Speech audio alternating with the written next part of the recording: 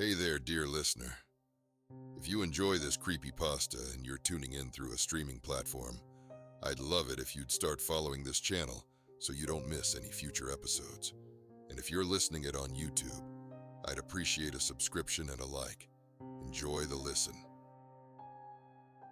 I stumbled upon a dead language. As part of my doctorate, I was hired as a lab assistant working with pediatric treatment. We were working on a paper, measuring the exposure effect of a potential contaminant. While my colleagues were working on the measured effects on adults and the elderly, my team would work with children. The potential disruption to developing adolescents was deemed important enough to have a separate set of experiments and measurements. The study garnered unilateral attention and funding of not only one, but 4 different pharmaceutical companies, Hatchet PH being the main contributor. I was hired pretty late in the process. I wasn't even sure what the contaminant was, as it was just designated as the contaminant. Apparently, it was something that resided just under the topsoil in a large residential area. To not taint our measurements, me and my colleagues were given minimum information about the symptoms to look for and what to expect. Instead, we were provided a set of experiments and willing participants. It was all fast and haphazard. Most of us started on a Monday, and Tuesday the following week was the day of our first experiment. Little time to prepare, get settled, or even understand. Still, this could be big. Big enough to launch a career. The experiment, described as the Cognition and Ocular Development Assessment, CODA, was to be performed with full consent and supervision of the parental guardians. All children were between 6 to 10 years old, and none of them had any observed deformities or illnesses. We were given limited access to certain medical records to make sure our study didn't have the potential to cause any harm. Then again, I'd read the experiment checklist, and there was nothing that could damage anyone. If anything, I argued the results would be pretty much useless. As Tuesday came around, me and my 2 colleagues had prepared as best we could. The 3 of us would put 1 participant each through a series of tests. The CODA was 3 tests over a total of 3 hours.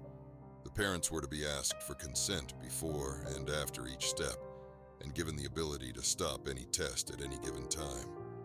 The experiment overall was surprisingly simple. It was supposed to be a measurement of cognitive and emotional development, mostly tested through facial and spatial recognition. The day of the experiment, I first met Logan, an 8-year-old kid sporting a baseball cap and a brand new Pokemon t-shirt. His mom was a bit anxious, but from what I'd been told, she'd been generously compensated. As I met them in the parking lot and lead them inside, I promised her we'd go through the specifics. "Don't worry," I said.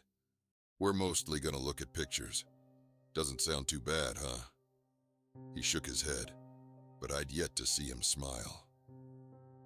Maybe his mom's anxiety rubbed off on him. The testing room was somewhat small and made entirely out of concrete.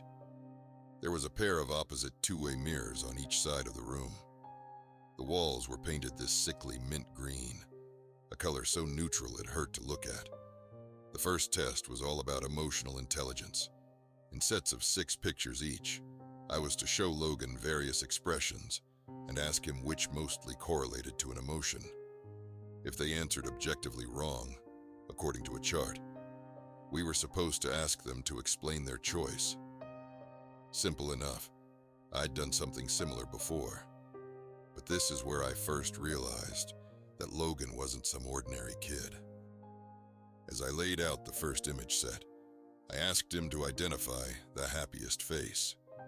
Clearly, it was card number 3, and Logan answered as such without hesitation. In the second image set, he was asked which one was the saddest. Again, it was number 3. He answered correctly. Again. In the third picture, the 6 pictures were a wild mix.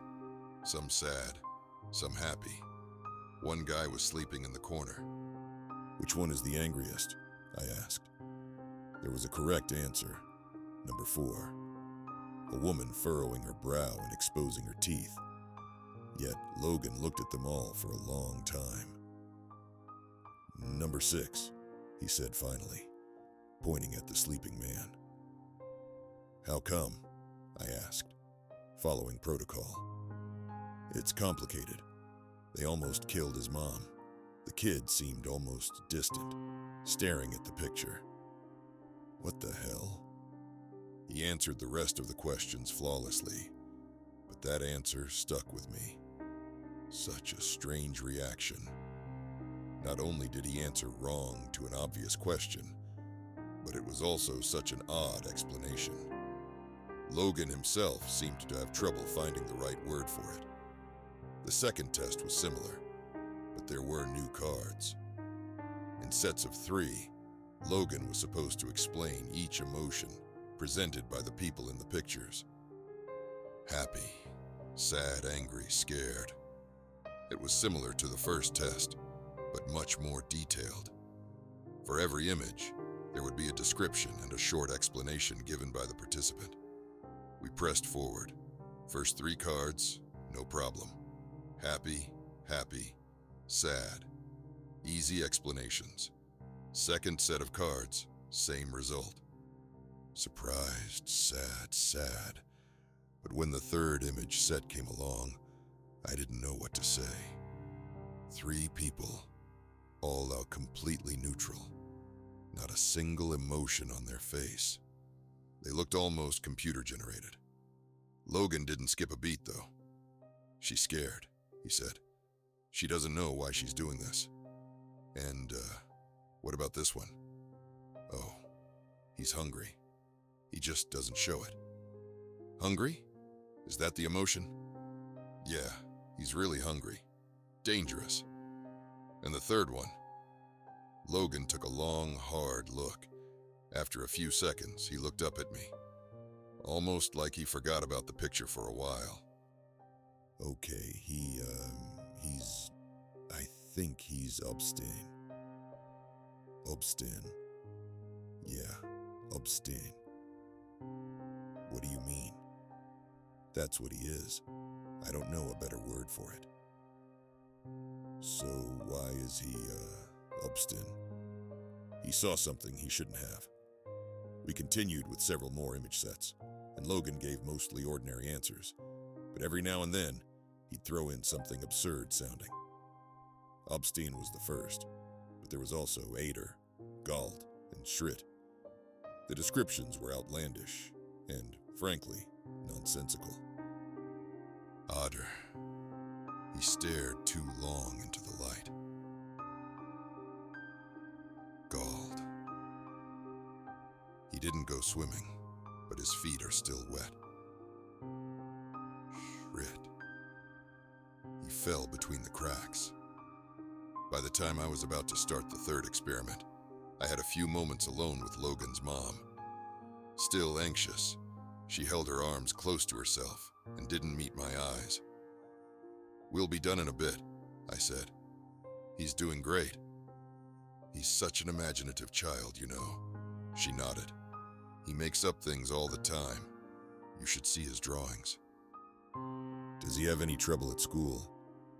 "No, not really, no." She smiled. "Well, mostly not. Some of the other kids can get a bit creeped out when he starts making things up." I checked the clock. It was time to start the final experiment. "All kids have a quirk or two," I smiled back. "That's what makes them kids." The final experiment was about recognizing places rather than people. One by one, I was to show Logan pictures of various places. Ordinary places like supermarkets, playgrounds, and factories. They were pretty easy to recognize. First, I'd show him the pictures. Then I'd ask him to describe the scene. Logan didn't seem to mind. The pictures themselves was easy for Logan to recognize. One by one, he explained what he saw. Factories with lots of cars parked outside, empty playgrounds. But as we got to a park, he sort of stopped. His expression shifted. "That's a graveyard," he said. I had to stop myself from correcting him. It was obviously not a graveyard. Can you describe it? I asked. I really don't want to. There's a lot of people there. What kind of people? I was going off script, but I was just too curious. Logan leaned in to look closer at the picture. There's a lot of strange colors, he said. The people who used to be there are gone. I couldn't tell what he was seeing. The picture was empty. As we finished up, Logan went to the bathroom. I got some time to talk to his mom on our own, and I brought out the picture of the park. Do you have any idea what he sees here? I asked. No, she said, shaking her head. Could be anything. It's just strange, I said. Usually kids make up stories about dragons, lasers, wizards, that kind of stuff. Not graveyards and parks. Are you calling my son strange? I lost my train of thought. As Logan came back, she grabbed him by the arm as to leave. Before they did, I caught up to them. I had to try something. Logan, I said, just a moment. They stopped, and his mom gave me a tired look. I was thinking about buying this house, I said, bringing up a photo of a place I'd been checking out a few times. What do you think? He just stared at me, as if he didn't understand. He took off his baseball cap and scratched his ear. It looks dirty, he said. A lot of row. Right there in the... Come on, Logan. His mother tugged his arm, and he was almost dragged down the hall. Turning back to me one last time, he yelled back. He looked up, and then he didn't. I didn't lie when I said I was thinking about buying that house. There was an open viewing the next day, and I decided to drop by on my lunch break. There were about 8 other people there, all couples. I kind of disappeared among them. Maybe I wasn't being considered as a serious buyer. The place was a bit too large for me after all. As the realtor ran off to speak to a pregnant couple, I stopped in the foyer. I had this strange feeling in the pit of my stomach. Row, I whispered to myself, right here. Just saying it out loud almost made me feel it. It was something so specific, so unique. It wasn't an emotion as much as it was an experience, a story. I could imagine myself lying on the floor, looking up at the wood-brown ceiling. I could feel my back growing stiff, as if I'd been lying down for too long. I could feel my eyes growing thick, like blinking through mud. Every breath, a conscious effort. Arms unresponsive, a prayer for my heart to keep beating. Then, nothing. Row. To look up, and then to not. I had this strange understanding, like I'd seen something I wasn't supposed to. Didn't the kid have a word for that too? God, I felt sick. Everyone was gathered around the realtor in the living room. I don't know what gave me the courage to confront him, but I just blurted it out. Did the previous owner die here? I asked. In the foyer? No, they didn't, he answered. You have to tell us if they did, one of the couples said. Another couple agreed. Okay, yeah, I mean, no one has died here. That much is true. No one did. But yes, they were found unresponsive in the foyer. There were loud sighs. A couple immediately left. Another left shortly afterwards. There was a queue to talk to the realtor, and within 10 minutes, I was the only one left. Row or not, I got the place too cheap to care. This made me curious as to the words the kid had used to describe the various places and emotions. Over the following days, as I transcribed our findings, I started thinking about them a lot more.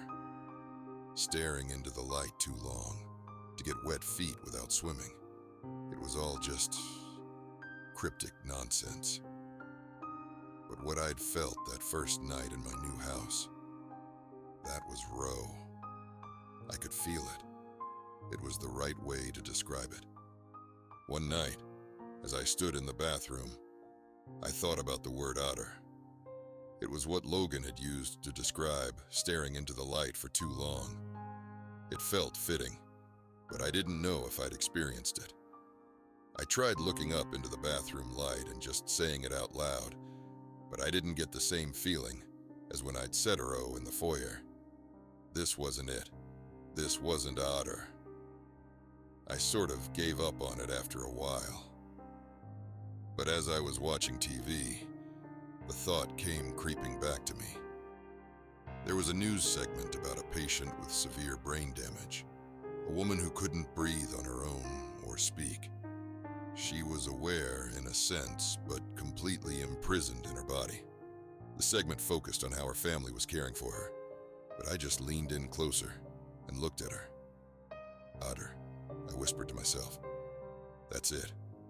And it was. No question about it. She was otter, from staring into the light too long. I could feel it, understand it. Over the next couple of days, I started chasing Gald. The word meant someone whose feet was wet, despite not swimming. It took me a while to get this one, but I finally found it in a newspaper article online. I felt Gald from reading about a man who had died from an overdose down at the beach. His body had apparently choked itself, causing him to sweat to death. As he was homeless and living close to the beach, he'd been found by a couple of teenagers building a sandcastle, but that feeling of drowning on dry land, next to the ocean, that was Gald. With the right word, I could feel it. I could empathize. In my mind, I could be there with him. But the final word I'd noted, shrit, that was a difficult one. Over several days, I looked all over the internet. I searched forums, read obscure articles ranging back to the 90s, but I just couldn't shoot blindly into the web and hope for the best. I had to find out more, get something substantial. That thought made me take a step back. What about the photos? The photos we had shown Logan in the first place. Who were the people in the photos? I checked the inventory list for the experiment. Most of the cards were just mentioned as a number and an emotion, but I noticed that some of the faces were repeated with the same actors. All the cards which Logan had gotten right were repeated at least once, but the weird ones, those were unique faces. The lighting was different. They didn't show any peculiar emotions. They were just strange people, a bit off. I took a few photos with my phone and tried to do an image search. I couldn't get a single hit. These pictures simply weren't available anywhere online. The ordinary emotions displayed could be found on various stock image sites, but not the strange ones that Logan pointed out. Finally, after a few hours and dozens of pages clicked through, I did find a picture that looked like one of the models, but in a completely different setting. And this was freaking weird. The picture I found online was from a social media profile. The profile, in turn, portrayed the user page of the very same homeless man that had drowned in his own sweat from an overdose. The same one I'd read an article of. But the article was written just a few days prior, and the picture must have been taken at least weeks ago. Listen, I don't know if you can get this. What Logan did was to perfectly describe, using one of his made-up words, was exactly what was about to happen to that man.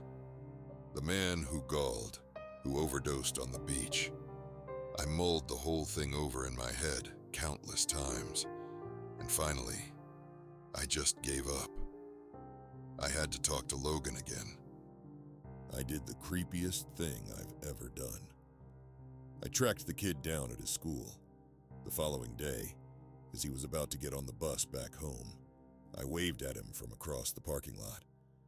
He was surprised to see me and couldn't place me at first. Then I could see him recognize me, like something lit up in his mind. "Hey!" he called out. "Science, man." "Hey, Logan," I called back. "How's it been?" "Good," he said. "You're not here for more tests, are you?" He stopped a few feet ahead of me. "Actually, I'm just here to ask you about that language of yours. Those strange words you use. How do you come up with them?" "That's easy," he said. "Once you start talking it, you kind of don't stop. After a while, you just feel them, you know." "So where did you learn it?" I asked. "Anywhere special?" "I think I always knew," he shrugged. "Like, it's weird, like listening. But not to a sound, but like a color. It's just sort of there. Inside." "So you can always see it? Because sometimes you said people in pictures were just happy or sad, ordinary things. Well, sometimes those things are easier to see. You said I should answer fast, not, accurately.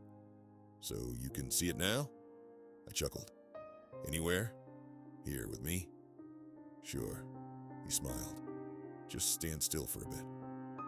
Logan looked at me for a while. As I met his eyes, I could feel something. There was that feeling again. Obstin. To see something I shouldn't have. Right there, in that kid's eyes. He knew something. Strangely enough, it wasn't him that broke the silence. It was me. "Athos," I said.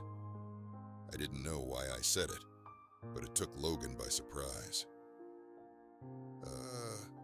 The one who shouts until they listen," he said. "That's what it means, right? I think that's me." "I don't know," I said. I'm sorry, Logan. I don't know why I said that." "Did you see it?" he asked, almost excited. "Do you see it now?" I want to say that I didn't. I want to say I saw nothing, but that'd be a lie. A million little words crept into my mind, and as I stared into that kid's eyes, I saw something I shouldn't have. Now, it was all becoming clearer. The more words I knew, the better I understood. The word I'd looked for, shrit, was a lot more complex than Logan had made it out to be with human words. It was contextual. The man had died in an earthquake. He fell between the cracks. No, he hadn't. He was going to. It was describing events destined to unfold, but it was also describing something that had happened. Was it both? Neither. "I see it," I admitted. Right there, I could feel the parking lot falling away in insignificance. With a single unspoken word, we could tell each other infinite things. These mundane expressions were just the tip of the iceberg, a dumbed-down shadow of what was truly being said. The words told us of things that were, things that could be, and things that currently was, and in that moment of silence, of understanding, I heard the vibrant colors so clearly, I could almost see them.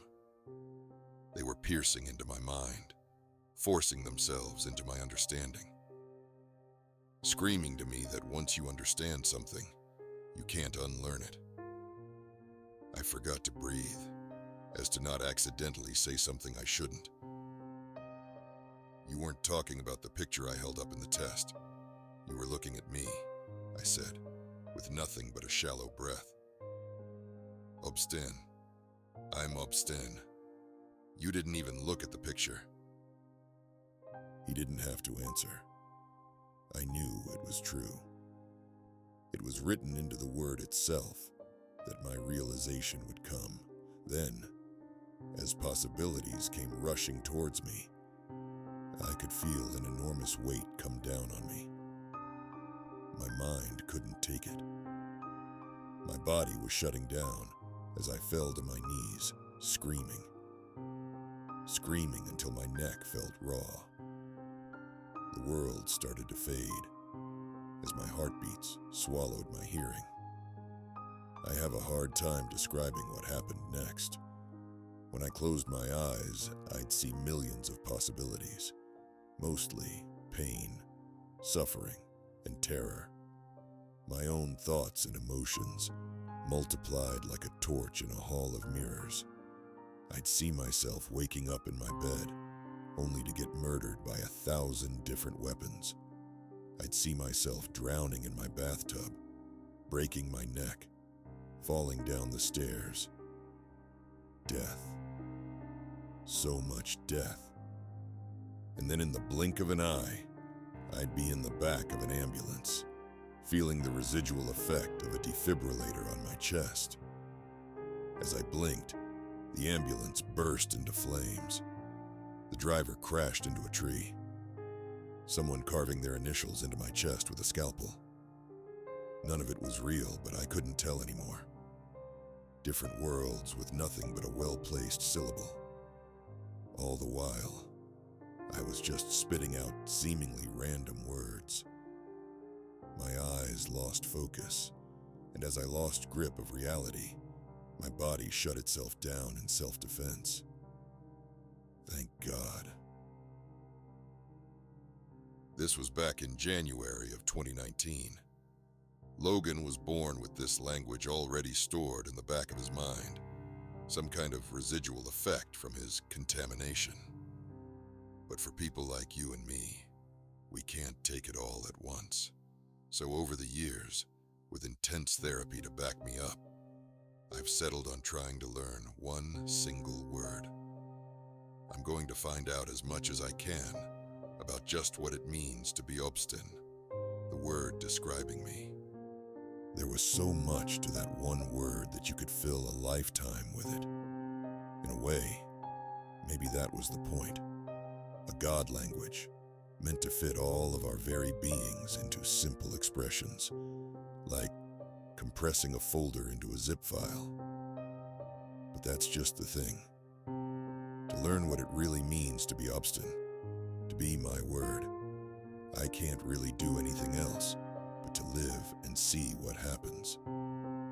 Not unless I want to go back to where my mind wandered off to. Still, sometimes I can feel something creeping back into my mind. Little tingles, syllables and sounds, reminding me of all the knowledge I still have stored away somewhere in my inner madness. Little words with galactic proportions. It is so easy to slip back into that mind, just inches away from the edge of what my physical brain can hold. I sometimes wonder what all your words are. I sometimes wonder what they mean. I'll really try not to think about it.